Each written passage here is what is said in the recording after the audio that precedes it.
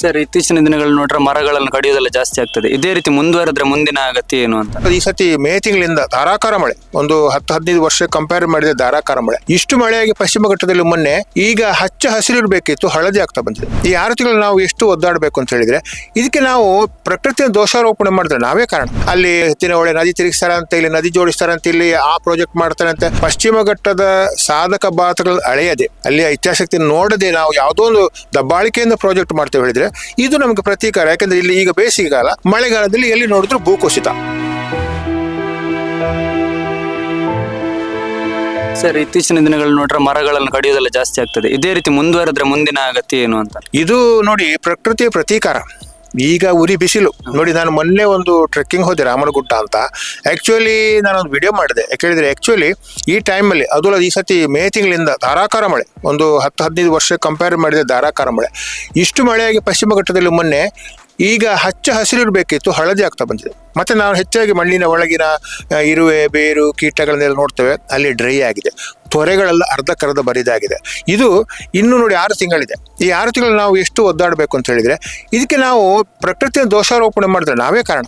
ಸರ್ಕಾರ, ಇಲಾಖೆ ಅವ್ರು ಮಾಡಬೇಕಿತ್ತು, ಇವ್ರು ಮಾಡಬೇಕಿತ್ತು. ನಮ್ಮ ಮನೆಯಲ್ಲಿ, ನಮ್ಮ ಕಚೇರಿಗಳಿದೆ, ನಮ್ಮ ಮನೆ ಕಾಂಪೌಂಡ್ ಒಂದಷ್ಟು ಗಿಡ ನೆಡೋದು, ಒಂದಷ್ಟು ಇಂಟರ್ಲಾಕ್ ಹಾಕದೆ ಅಂತರ್ಜಲಕ್ಕೆ ನೀರು ಶೇಖರಣೆ ಆಗುವಂತ ಕೆಲಸ ಮಾಡಿದ್ರೆ ಇದುವೇ ನಾವು ದೊಡ್ಡ ಕೊಡುಗೆ. ನಾವೆಲ್ಲ ಕಡೆ ಬೊಬ್ಬೆ ಹಾಕ್ತೇವೆ, ಏನು ಜಾಗತಿಕ ತಾಪಮಾನ, ಎಲ್ಲ ನಾವು ಕೂಡ ಕಾರಣ. ಅದ್ರಲ್ಲಿ ನಾವು ಎಲ್ಲರ ಮೇಲೆ ದೋಷಾರೋಪಣೆ ಮಾಡಿದ್ರೆ, ಪ್ರತಿಯೊಬ್ಬರ ಮನೆಗಳಿಂದ ಮನಸ್ಸು ಬದಲಾವಣೆ ಆದ್ರೆ ಈ ಪ್ರಕೃತಿ ಉಳಿಬೇಕು. ಬಿಲ್ಡಿಂಗ್ ಬೇಕು, ನಗರ ಬೇಕು, ಫ್ಲೈಓವರ್ ಬೇಕು, ಇನ್ಫ್ರಾಸ್ಟ್ರಕ್ಚರ್ ಎಲ್ಲ ಬೇಕು, ಹೌದು, ಅದು ನಮ್ಮ ಅಭಿವೃದ್ಧಿಗೆ. ಆದರೆ ಅದಕ್ಕೆ ಪೂರಕವಾಗಿ ನಾವು ನೇಚರ್ಗೆ ಏನು ಕೊಟ್ಟಿದ್ದೇವೆ? ಅಲ್ಲಿ ಮಾರಕ ಪರಿಸ್ಥಿತಿ ಅಂತ ಹೇಳಿದ್ದೇವೆ.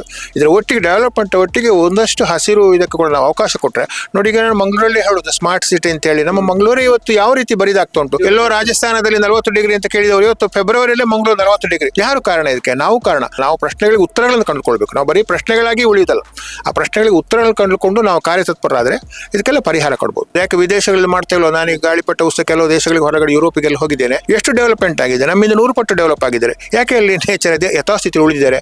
ಈಗ ಹೈವೇ ಮಾಡುವಾಗ ಹೈವೇ ಇಕ್ಕಲೆಗಳಲ್ಲಿ ಮತ್ತೆ ಮಿಡ್ಲಿನ ಇದರಲ್ಲಿ ಆದಷ್ಟು ಗಿಡ ನೆಡ್ಲಿ. ಮಂಗಳೂರಲ್ಲಿ, ಬೆಂಗಳೂರಲ್ಲಿ ನಗರ ಬೆಳೀತಾ ಇದ್ದಾಗೆ, ಕಾಂಕ್ರೀಟ್ ಇದು ಹೆಚ್ಚಾದಾಗೆ ನಾವು ಅದಕ್ಕೆ ಪೂರಕವಾದ ಸ್ಥಳಗಳಲ್ಲಿ ಗಿಡಗಳು ನೆಟ್ರೆ ನೋಡಿ, ಗಿಡಗಳು ಬೇಕು, ಡೆವಲಪ್ಮೆಂಟ್ ಬೇಕು. ಆಗ ಗಿಡಗಳಿದ್ದಾಗ ಅಂತರ್ಜಲ ತನ್ನಿಂತಾನೆ ಸೋಸಿ ಹೋಗ್ತದೆ, ತಾಪ ಹೆಚ್ಚಾಗುವುದನ್ನು ತಂಪು ಮಾಡ್ತದೆ. ಅದು ಈ 2 ಕಾರಣಗಳಿಂದ ಡೆವಲಪ್ಮೆಂಟ್ ಒಟ್ಟಿಗೂ ನೇಚರ್ ಉಳಿಸುವಂತ ಪ್ರಕ್ರಿಯೆ ಆಗ್ಬೇಕು. ಅದು ನಮ್ಮ ಸರ್ಕಾರಗಳಿಗೂ ನಮ್ಮ ರಾಜಕಾರಣಿಗಳಿಗೂ ಸ್ವಲ್ಪ ನಾವು ಬುದ್ಧಿ ಹೇಳುವಂತ ಕೆಲಸ ಆಗ್ಬೇಕು. ಅಲ್ಲಿ ಎತ್ತಿನಹೊಳೆ ನದಿ ತಿರುಗಿಸ್ತಾರೆ ಅಂತ, ಇಲ್ಲಿ ನದಿ ಜೋಡಿಸ್ತಾರೆ ಅಂತ, ಇಲ್ಲಿ ಆ ಪ್ರಾಜೆಕ್ಟ್ ಮಾಡ್ತಾರೆ ಅಂತ.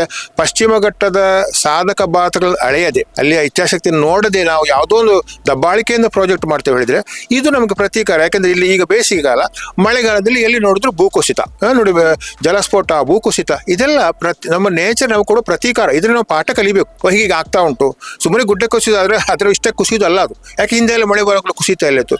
ಇದಕ್ಕೆ ನಾವು ಸ್ವಲ್ಪ ಕಲಿಬೇಕು, ಪ್ರಕೃತಿಯಿಂದ ಪಾಠ ಕಲಿಬೇಕು. ಮತ್ತೆ ಪ್ರಕೃತಿಯಿಂದ ಪಾಠ ಕಲಿಯೋದು ಸಿಟಿ ಒಳಗಿನ ಈ ಮಕ್ಕಳನ್ನು ಮಾಲು ಮಹಲ್ಗಳಿಗೆ ಹೋಗಿ ಐಸ್ ಕ್ರೀಮ್ ಕೊಟ್ಟರೆ ಅದಲ್ಲ ಪಾಠ. ಅವರಿಗೆ ಮಳೆಯಲ್ಲಿಂದ ಆಗೋದು, ನೀರಲ್ಲಿಂದ ಬರೋದು ಯಾವುದು ಗೊತ್ತಿರೋದಿಲ್ಲ. ನಾವೀಗ ನಮ್ಮ ಸಹ್ಯಾದ್ರಿ ಸಂಚಿಂದ ಪಶ್ಚಿಮ ಘಟ್ಟ ಸುರಕ್ಷತಾ ಅಭಿಯಾನ ಅಂತ ಮಕ್ಕಳನ್ನು ಕಾಡಿಗೆ ಕರ್ಕೊಂಡು ಹೋಗ್ತೇವೆ. 3 ದಿನ ಕಾಡಲ್ಲೇ ಉಳಿಸ್ಕೊಳ್ತೇವೆ. ಆಮೇಲೆ ಅವರಿಗೆ ಕಾಡಿನ ಇರುವೆಯಿಂದ ಹಿಡಿದು ಆನೆಯವರೆಗೆ, ಒಂದು ಸಣ್ಣ ಹುಲ್ಲಿಂದ ಹಿಡಿದು ಆಕಾಶದ ಮರದವರೆಗೆ ಪ್ರತಿಯೊಂದರ ಅವಲಂಬನೆ, ಪ್ರತಿಯೊಂದರ ಸಂಬಂಧವನ್ನು ವಿವರಿಸ್ತೇವೆ. ಬುಡಕಟ್ಟು ಸಮುದಾಯದ ಮಕ್ಕಳನ್ನು ಕೂತ್ಕೊಳಿಸ್ತೇವೆ. ಆ ಬುಡಕಟ್ಟು ಸಮುದಾಯವರಿಗೆ ಸಂಪೂರ್ಣವಾಗಿ ಜ್ಞಾನ ಇರ್ತದೆ ಕಾಡಿದ್ದು, ಅದನ್ನು ಈ ಮಕ್ಕಳಿಗೆ ಕೊಡ್ತೇವೆ. ಆಗ ಅವರಿಗೆ ಸಂಪೂರ್ಣ ಅರಿತ ಕಾರಣ, ಬರೀ ಜೆರಾಕ್ಸ್ ಅಲ್ಲ, ಅರಿತ ಕಾರಣ ಇದನ್ನು ನಾವು ಬೆರೀಬೇಕು, ನಮ್ಮ ಫ್ಯೂಚರ್ ನಾವು ಮಾಡ್ಬೋದು. ನಾನು ನಮ್ಮ ಪೇರೆಂಟ್ಸ್ ಹೇಳೋದಷ್ಟೇ, ನಿಮಗೋಸ್ಕರ ಏನು ಮಾಡಬೇಡಿ, ನಿಮ್ಮ ಮಕ್ಕಳಿಗೋಸ್ಕರ ಮಾಡಿ. ನಾಳೆ ಸಮಸ್ಯೆ ಆಗೋದು ನಿಮ್ಮ ಮಕ್ಕಳಿಗೆ. ನಾವು ನಮ್ಮ ಮಕ್ಕಳಿಗೆ ಕಾರು, ಸೈಟು, ಅದು ಜಾಗ, ಫ್ಲ್ಯಾಟು ಎಲ್ಲ ಕೊಡ್ತೇವೆ. ಆದರೆ ಅದೇ ಮಕ್ಕಳು ನಾಳೆ ಕೇಳ್ತಪ್ಪ, ನನಗೆ ಕಾರು ಕೊಟ್ಟು, ಸೈಟ್ ಕೊಟ್ಟು, ದುಡ್ಡು ಕೆಟ್ಟಿ ಎಲ್ಲ ಕೊಟ್ಟು, ನನಗೆ ಶುದ್ಧವಾದ ಕುಡಿಯುವ ನೀರಲ್ಲಿ ಕೊಟ್ಟು ಅಂತ ಹೇಳೋಕೆ ಅಪ್ಪ ಕಣ್ಣೀರು ಕೊಡಬೇಕಾಗ್ತದೆ. ಅಂಥ ಪರಿಸ್ಥಿತಿ ಭಾಳಷ್ಟು ಬೇಗನೆ ಬರುವಂಥದ್ದು ಇದೆ. ನಾವು ಇದರಿಂದ ನೋಡ್ಬೇಕು. ನೋಡಿ, ಮೊನ್ನೆ ಇನ್ನೂ ಮಳೆ ಮುಗಿಲಿಲ್ಲ. ನಾವು ಅಂದರೆ ಎಲ್ಲೊಂದು ಕಡೆ ನಮ್ಮನ್ನು ನೇಚರ್ ಒಂದು ಕೆಟ್ಟ ದೃಷ್ಟಿಯಲ್ಲಿ ನೋಡ್ತಾ ಉಂಟು. ಯಾಕೆ? ನಾವು ಅದರ ಕೆಟ್ಟ ದೃಷ್ಟಿ ನೋಡಿದ್ದೇವೆ. ಪಶ್ಚಿಮ ಘಟ್ಟ ಇರುವುದು ಇಡೀ ದಕ್ಷಿಣ ಭಾರತದ ಸಕಲ ಜೀವ ಸಂಕುಲಗಳ ಚೇತನ ಶಕ್ತಿ. ಅದು ಆ ಪಶ್ಚಿಮ ಘಟ್ಟವನ್ನು ವ್ಯಾವಹಾರಿಕ ದೃಷ್ಟಿಕೋನ ನೋಡ್ರೆ, ಇಲ್ಲಿ ಈ ನೀರಲ್ಲಿ ಹೈಡ್ರಲ್ ಪ್ರಾಜೆಕ್ಟ್ ಮಾಡ್ಬೋದು, ಈ ಬೆಟ್ಟದ ಗಣಿಗಾರಿಕೆ ಮಾಡ್ಬೋದು, ಈ ನದಿಯನ್ನು ತಿರುಗಿಸ್ಬೋದು ಹೇಳಿದ್ರೆ ನೋಡಿ, ಅದು ನಮಗೆ ಹೊಡೆತ ಕೊಡ್ತಾ ಉಂಟು. ಇದನ್ನು ನಾವು ಪಾಠ ಕಲಿಬೇಕು.